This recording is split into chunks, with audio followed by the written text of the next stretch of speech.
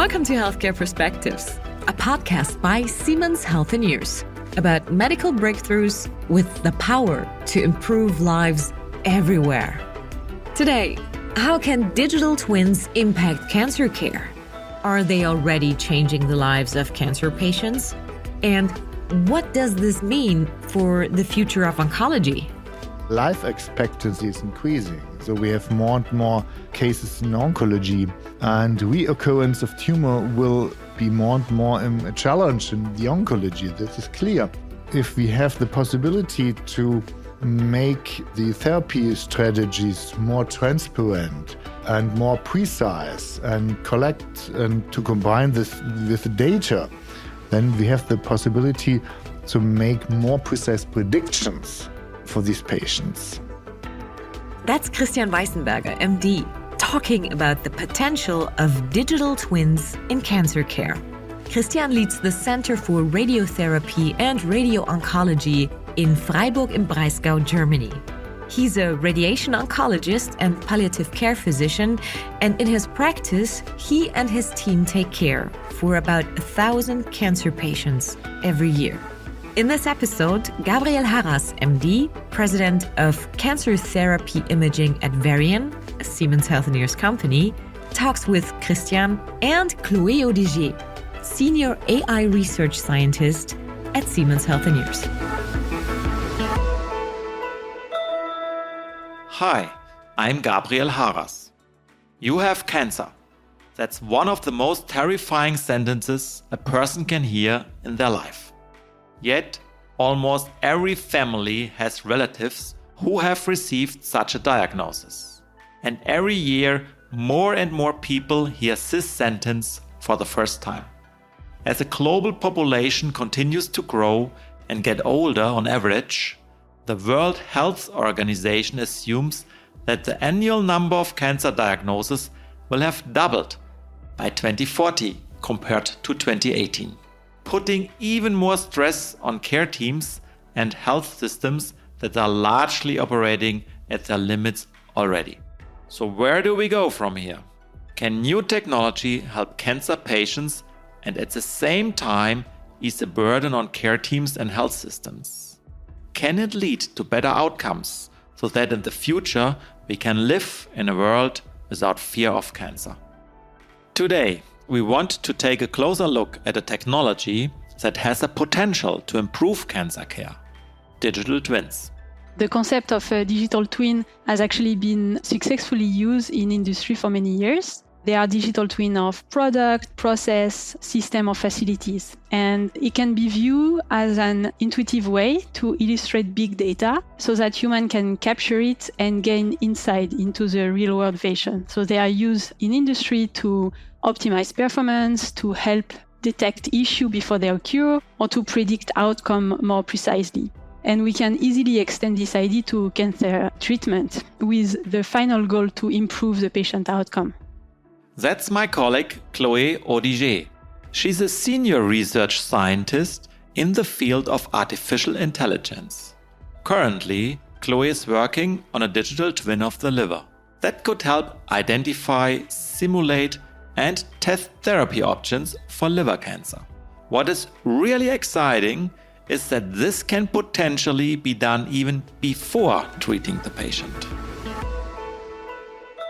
Chloé, how do you create a digital twin of an organ? First of all, we are building a general anatomical model that would represent the organ shape, the volume, structure.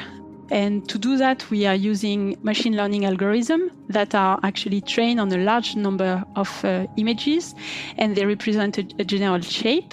And when we have one specific patient, we personalize this model for this given data of this patient. What follows is a physiological modeling, which varies depending on the targeted organ. So in the case of the liver, the blood flow circulation. In the case of the heart, the electrical wave propagation, for example. In the case of the lung, that would be the biomechanics, so the lung motion. It's very important to take into account. All those models, they simulate the patient-specific physiological function. Once the organ is created, a virtual simulation of the needed treatment or intervention is performed, giving doctors a much clearer and more individualized path for the patient's care. We are building computational models that are based on physical law and that we evaluate using outcome data. So we have a cohort of patients that underwent a specific intervention, and we use that to validate or evaluate the virtual intervention model. Individual organs are one way how digital twins are already applied in medical research. But today, there are also other AI-based applications in use in cancer care. They serve to better understand a person's health status in order to predict changes, plan personalized treatment options, and hopefully improve outcomes. Let's have a closer look at the patient journey from early detection to follow-up.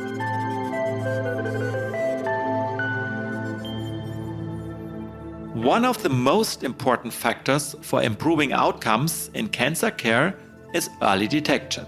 However, access to screening programs, for example, varies largely depending on geographical, socioeconomic, and other factors.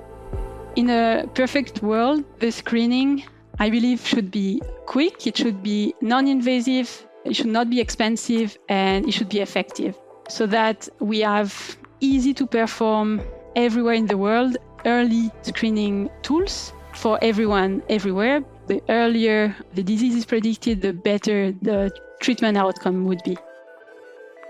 Christian, what is your experience with screening patients for breast cancer? In my practice, every day I have a woman who tells me that her tumor was detected with this mammography screening.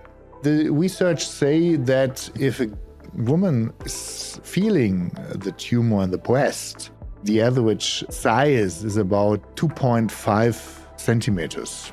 And if a gynecologist is detecting the tumor, it's in average 2 centimeters, a little bit lower. But with the mammography, you can detect tumors with, for example, 3 or 4 millimeters.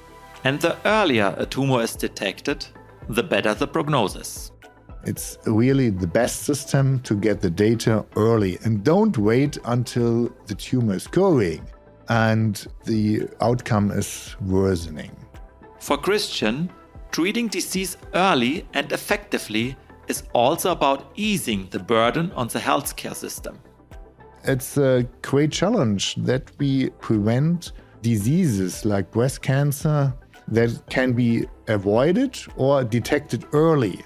It's important because all the health economic systems are so burdened, are so at the edge in the moment because of lack of financial power, that we have to avoid these diseases.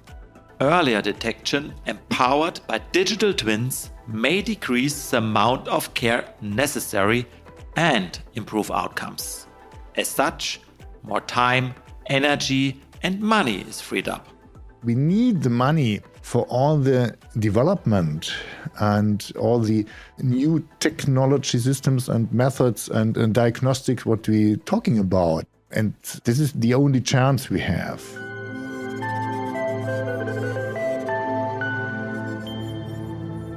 An accurate diagnosis is crucial when creating a treatment strategy for a cancer patient. With digital twins, the level of data integration possible could enable doctors to explore a variety of options and increase precision in treatment. Christian shares his experience here. Take a case. For example, there is a breast cancer patient, 46 years old. Breast cancer detected in an advanced stage with a lymph node. This situation is typical for about 20,000 patients in Germany every year. And then mammography, MR mammography, sonography, ultrasound were done and the data were collected. The first step is to get very valid reports about the patients. The next step is to combine this with big data analysis from thousands of breast cancer patients worldwide. Compared with the standard of care, the data integration incorporated in digital twins could create actionable insights, says Chloé. In the standard clinical practice, physicians often read and integrate specific data from medical report or medical imaging, and from there they derive a diagnosis that is as robust as possible. Having this in mind, digital twins can be viewed as the next level of data integration, where the clinician would have the possibility to create this statistical view of the data that involve a vast amount of clinical data that would otherwise be impossible for a human to analyze. And this could support clinicians with decision-making by putting each situation into the bigger picture. This patient clinical condition at this specific moment in time can be integrated with diagnostic data from millions of previous cases, and the range of value can be observed against the healthy population or a group of patients suffering from the same disease. And by combining all those different data, clinicians could determine more precisely a particular disease condition or a particular medication that is likely to help in this case. Digital twins are not limited to diagnostic imaging data. One could integrate, for example, genetic and molecular information into the twins. As a result, practitioners would have access to an even more accurate representation of their patients. Over time, the twins can be enriched with the new medical and personal information and evolve further. We want to represent the anatomy and the physiology of a specific patient. So all those models, they need to be personalized using a specific individual. And this model, they should also evolve over time. The digital twin needs to represent accurately the patient at every point in time so that we can update the model and it can represent more accurately at every time point.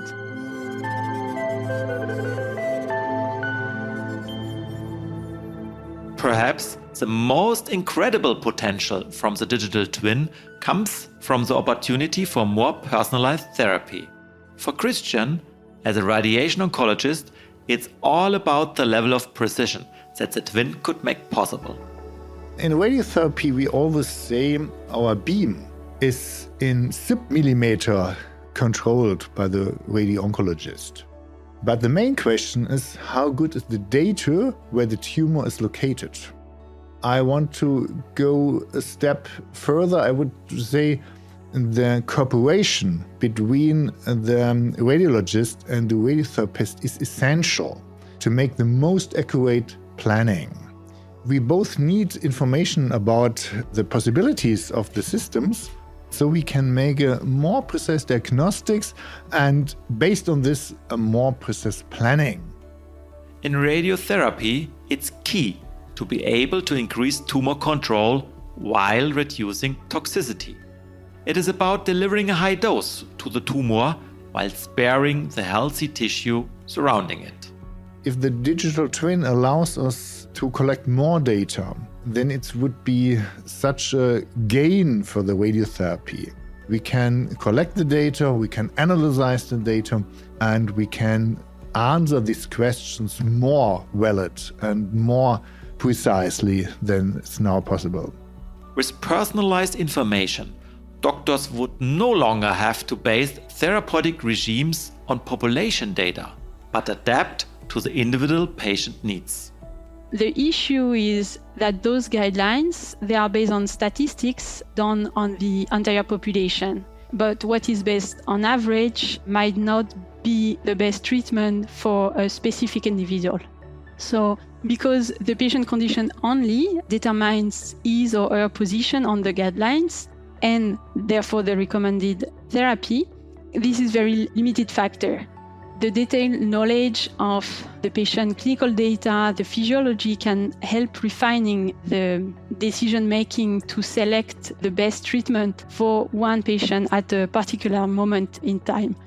Chloé gives an example of a current standard treatment option in the case of lung cancer.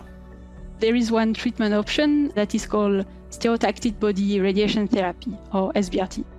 We observe that some patients do respond to this treatment, and when patient responds, it's a very effective treatment, but some patients are not responder, And usually when we observe that they are non-responder, it's often too late to take other action. If a digital twin would be available for those patients, doctors could predict whether they would respond to the treatment or not, even before it happens. Using the entire clinical information about the patient, the genetic information, as well as having patient-specific physiological model can actually help in the patient selection by differentiating a priori the patient response pattern. So by identifying the patient that would respond to the one that would not respond to the treatment. So therefore, such model could help in selecting early other therapy options for the patient whose digital twin predicted that they would not respond. And this would eliminate the need for therapy change in the hope that the one with the best outcome would come up. This way, the patient would not suffer from the side effects arising from an ineffective treatment. Furthermore, the twin could help to save the associated costs. The clinician could use the digital twin to test different treatment protocols in advance and select the more efficient one for one given patient, so that the procedure would be tailored precisely for each patient. That means doctors could even perform multiple treatment scenarios on the twin and predict their outcomes before even physically coming into contact with the patient. In the case of liver cancer, a digital twin could assist in surgical planning. Here's Chloé. A surgeon could use the digital twin to navigate the digital representation of the liver before operating on it. So the cancer surgeon would be able to precisely evaluate how a tumor is positioned related to healthy tissue, and he could simulate virtually the resection, for example, and compute the remaining liver function, which is something vital to assess to decide if it's safe to go for surgery or not. Another aspect is to provide the ability to simulate in advance how an organ would respond to a treatment if you change different parameters in the treatment set, giving the physician the possibility to predict the effectiveness of the intervention, to better understand the potential side effects and to limit them, and to accelerate the operation by avoiding the unnecessary treatment. By avoiding ineffective therapies and enabling less invasive therapy options with digital twins, patients could potentially experience faster recoveries, shorter hospital stays, and, in turn, a better quality of life. It's a sandbox to look at cause and effect, like an experiment. When we change some factors, like therapy regimens or dose in radiotherapy, then the question is, what is the difference in months, years, and centuries? And to make it easy to look at these different possibilities and the different permutations of cases, the digital twin is a wonderful take.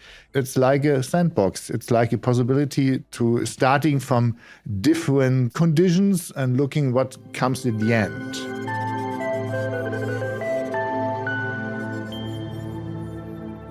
And it doesn't stop there.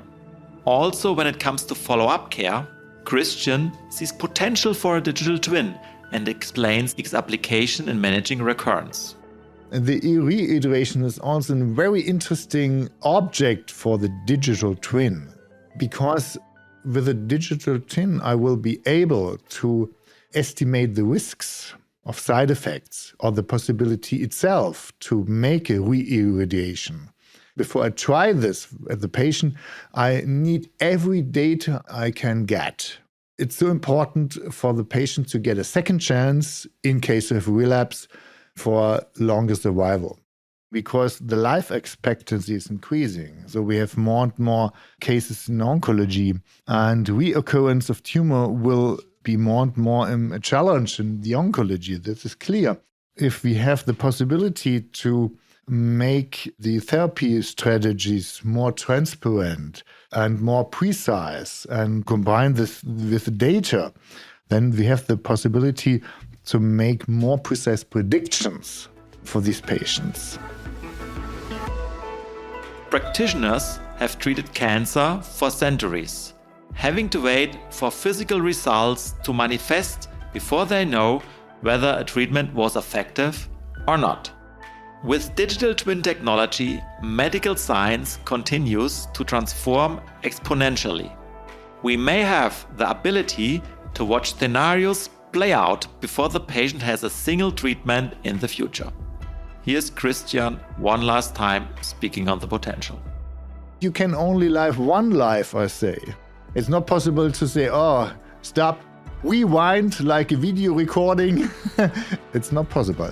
But in case of digital twin, you can stop, rewind, and start at a certain point. While we still have quite a way to go before implementing the digital patient twin, a fully individualized digital avatar of a patient, preloaded with their entire medical history and continually updated with real-time health data, it's incredible to think of the potential the technology has. The digital twin technology can bring us closer to precision medicine and change cancer care as we know it. If you are interested in learning more about this topic, check out our episode on patient twinning from September 2022. From early detection to diagnosis to treatment to follow-up, cancer care could be reframed. The life of patients and their families could be transformed for the better. The work of physicians and care teams could be dramatically optimized. Thank you for listening.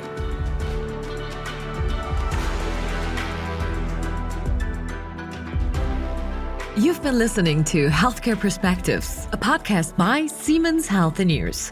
We pioneer breakthroughs in healthcare for everyone, everywhere. Subscribe to us and always get the latest episode in your podcast feed. Or visit siemens-healthineers.com/podcast for more. The opinions expressed by the guests and contributors in this podcast are their own and do not necessarily reflect the views of Siemens Healthineers.